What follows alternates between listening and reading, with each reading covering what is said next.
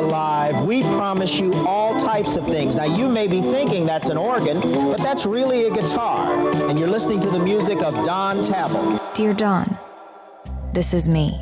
Hi. Hi. You've missed a lot over the years. She was 3 months old when he had this accident. Our family told me you were this genius musician and invented the synthesizer.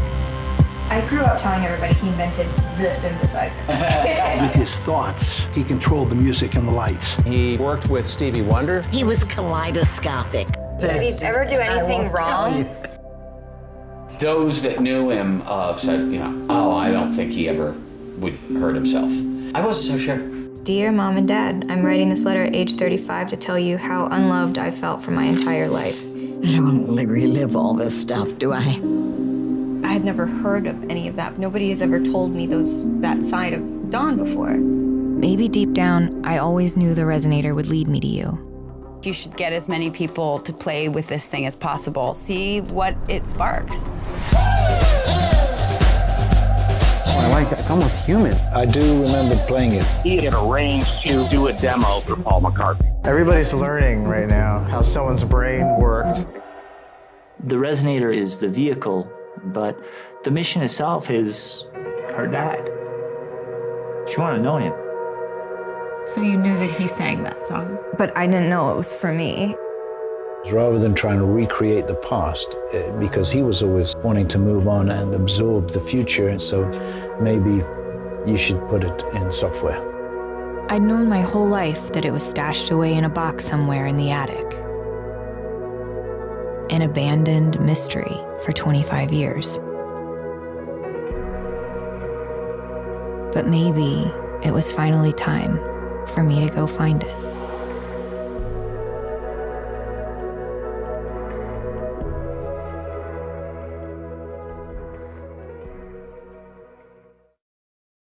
Hello, everyone. My name is Heather Hurt with the NRW, where nerds rule the world, and I am here today with Alison Tavel, who is the director, star, narrator of the South by Southwest award-winning documentary for Audience Award-winning documentary for Resynator. How are you today? I'm doing so well. How are you? Good. I really had fun watching this documentary about your dad, Don Tavel, and I'm just going to word vomit stuff you already know, but of course, in his incredible synthesizer creation, the Resynator. You go into it a little bit in the documentary, but for general audiences, how did you come upon this device? So I toured for a long time with Grace Potter, and I knew that the Resynator was always in my grandma's attic. Like ever since I was a kid, I was told that it was in the attic. I just never had any real inspiration to go find it. I didn't know that much about my dad, and I just wasn't interested for whatever reason. But then when I was on tour with Grace, I was around all these musicians, and everybody would talk about the latest gear and all this technology and synthesizers for sure. And I wasn't a musician, and I wanted to be able to contribute to the conversation. So I would just chime in and be like, my dad invented a synth. And then they'd ask me all these questions about it. And I'm like, I don't know. So we had a couple weeks off tour, and I just decided to go find it.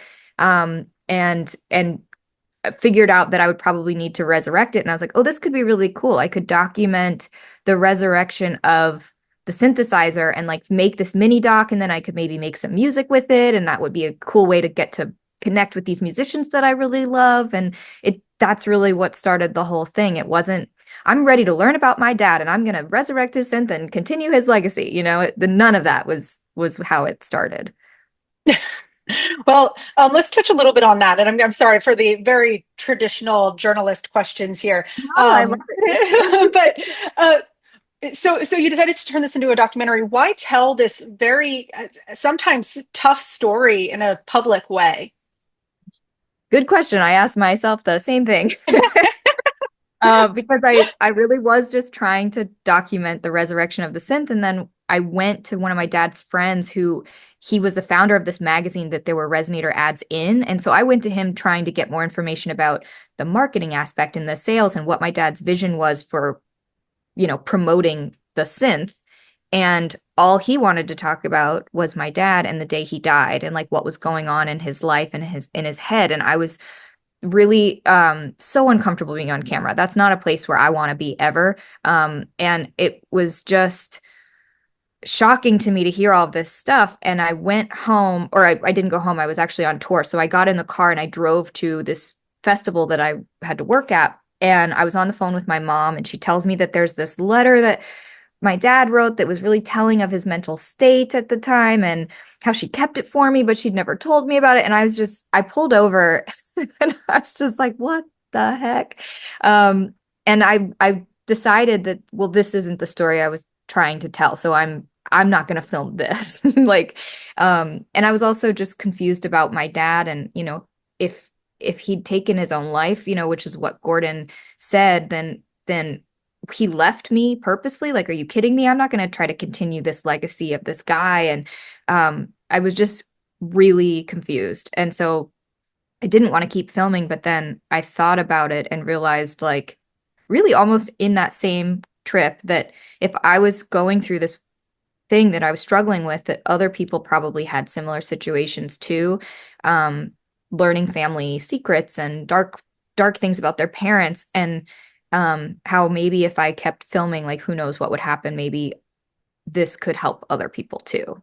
And I didn't realize it at the time, but, like, man, this was 10 years of therapy that I never knew I needed, And so instinctively, my gut was telling me, like, okay, maybe just keep filming and who knows what will happen.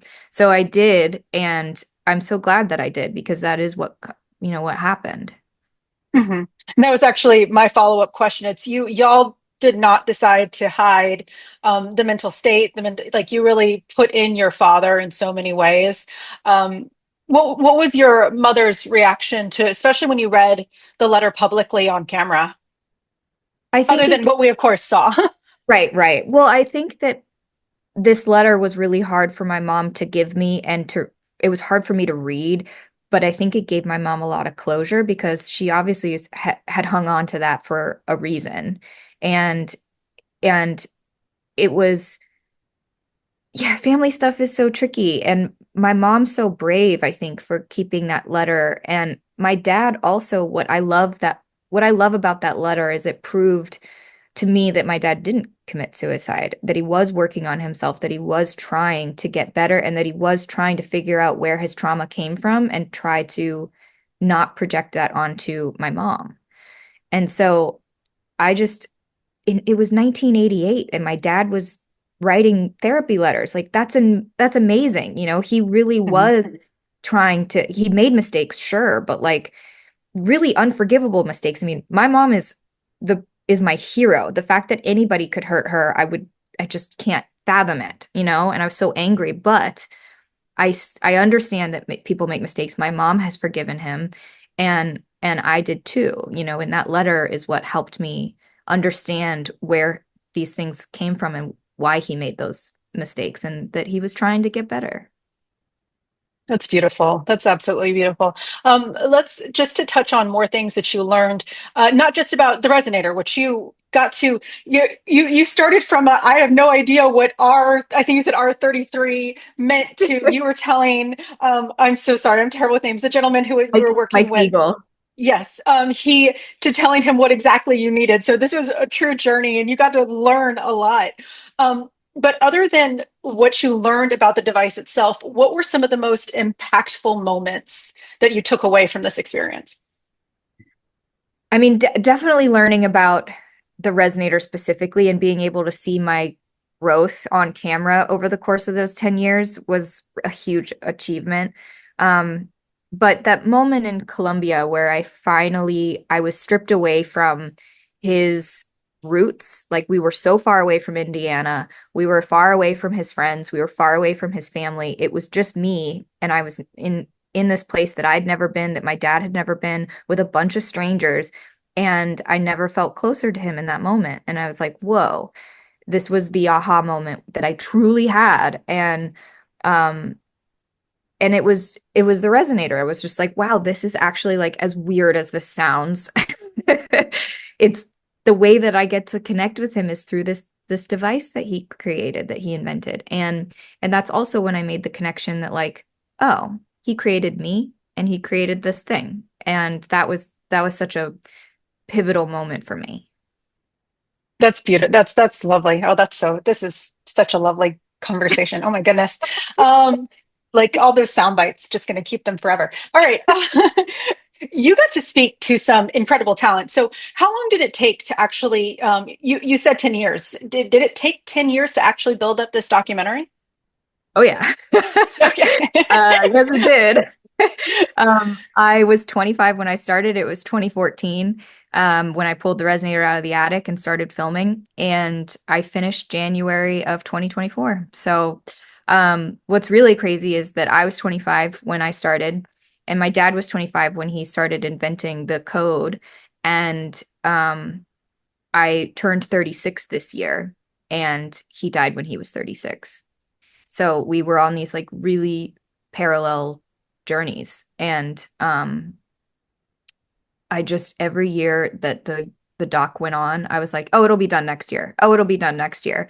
And then and then in 2023, I was like, oh, it might actually be done next year. And that would be 10 years. And how crazy is that that's the year, that he died. So but yeah, it took me about 3 years to get that Peter Gabriel interview,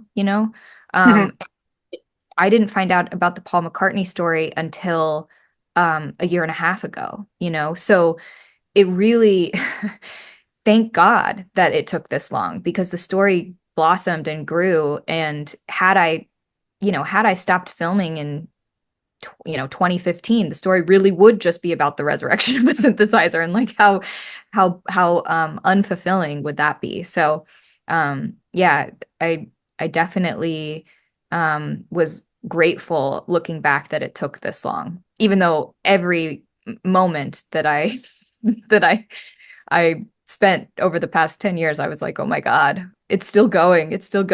But that's life. Yeah. Well, that's a story that continues, and that's wonderful. I'd love to get more into how you picked which part of the story is to tell, but I've got a very limited time with you, so I'm going to. Hopefully, one day we can have you back and we can talk more. You got to speak to, as you mentioned, Peter Gabriel, who is. I'm a Genesis. I grew up as a Genesis baby, so I'm huge fan. You got to speak with Money Mark, Mike Gordon, Fred Emerson, like a lot of people. Who were some of your favorite people that you got to introduce this device to, or you got to speak to? And you can't pick Peter Gabriel because that's cheating. Yeah, he's the obvious one, right? I think, I don't know, because every artist who I brought the Resynator to, they all tried different instruments and they all had different approaches to it. And it really does, the experience does change so drastically. So it was just so fun for each one. I mean, Fred Armisen tried all these different instruments. He did guitar and bass and drums, and he did stand up through it, and like he did everything. But Money Mark was just so special because he brought this thing that he invented as well, called the Echolodion, and it used these tubes that were from his late father's work, and so that was just really special. I mean, Gautier Wally had resurrected a synthesizer from the 1940s called the Angeline that we ran through it.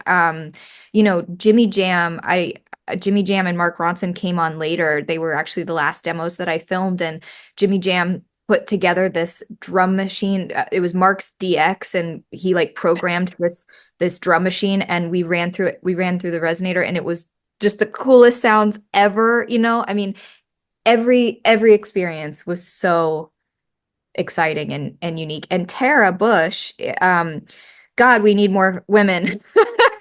I loved that Tara and Kendra did a demo, and Tara's my neighbor. I mean, it's so crazy how all this stuff worked out, but she's an incredible synth musician. Her band's I Speak Machine, and she lives 2 doors down from me. And so all of these demos were just so much fun. Well, then let's talk about some more music then, because you did say one of the things that really broke your heart for a minute when you tried to bring it back, and then it broke just before the conference. And we do see you. You do get to play with them with the device a little bit. Have you been making music with it? And what are you looking forward, or are you even working on it still in a future progression like you and Gabriel were talking about? Yes, both things, yes. So the music during COVID, when I didn't really have access to in-person demos, but I wanted to keep learning about the Resynator. I was like, okay, I have enough demos under my belt where I can figure out how to turn a freaking knob myself, and make some sounds. And my partner Matt Musty's a drummer, producer, songwriter, engineer. He does everything, and he's super musical. So we just made music ourselves, and I made some Tom Petty covers, and that's like a longer story. I work for the estate. I'm an archivist. That's like my day job, and we were working on a Wildflowers album re-release, and there's no synths on that record. And I was like, ooh, what if I did some covers that are all synth and specifically all Resynator? And so we did 3 covers that are all Resynator and then a vocalist. And so, yeah, we did Only a Broken Heart with Matt Berninger from The National and Ron Boy, who's Julia Law's artist name, and then Somewhere Under Heaven with Ruby Amanfu, and then Grace Potter did Honeybee. And I just wanted people to be able to hear these songs and go, oh, that's what the Resynator sounds like. And so those are like on Spotify and stuff, and I'm still making more. They just take forever. And then and then we have been working on a hardware unit with Indiana University, where my dad was a teacher for a little while. I sent them, we like built a Resynator and sent them one, and they've been modifying it. And so we have prototypes of that. And now we have a plugin. We have a software version, just like Peter suggested, which is so smart, because that is definitely what my dad would be excited about. And so that's, we have a version of that, but it's not officially like out yet. But it will be soon. Oh, that's wonderful. And I was going to say, y'all did do a software version, right? Mom, you gotta do Try to save the best for last. And my last question for you, once again, one of those really easy, all journalists can ask questions. What do you hope that the audience will get from this when they get to see it on digital in about 2 weeks? So, yeah, I don't know.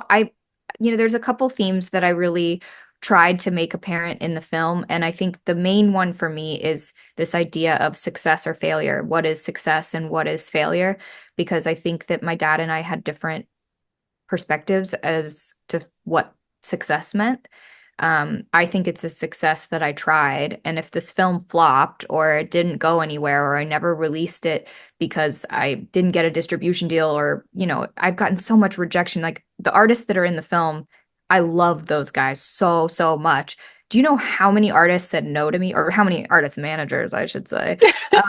And, just tons of rejection, tons of people ignoring me on both the music and the film side. It's absurd. And I never saw it as like, oh, I'm a failure. I saw it as, oh, it's their loss, and I really feel that way. And I think that I want people to, I think upbringing has a lot to do with it. I think my mom raised me to have this unconditional love, that whatever happens with this film, I don't care. I still get to go home to her, and she's still going to love me. And whether, I think my grandma did love my dad, but I don't think he realized it, or I don't think he was able to accept it in the way that she offered her love. And so I don't think he felt he had unconditional love. And I think that he was afraid of failure. And I think that meant he was not going to try.